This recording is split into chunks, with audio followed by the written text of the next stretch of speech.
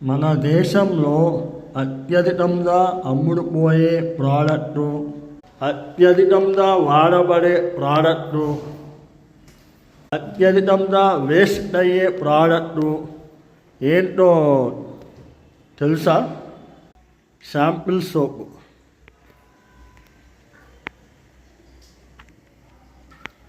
అవునండి, ఈ ప్రోడక్టు వృధా అయినంతగా ఏ ప్రోడక్టు మన దేశంలో వృధా అవ్వదు.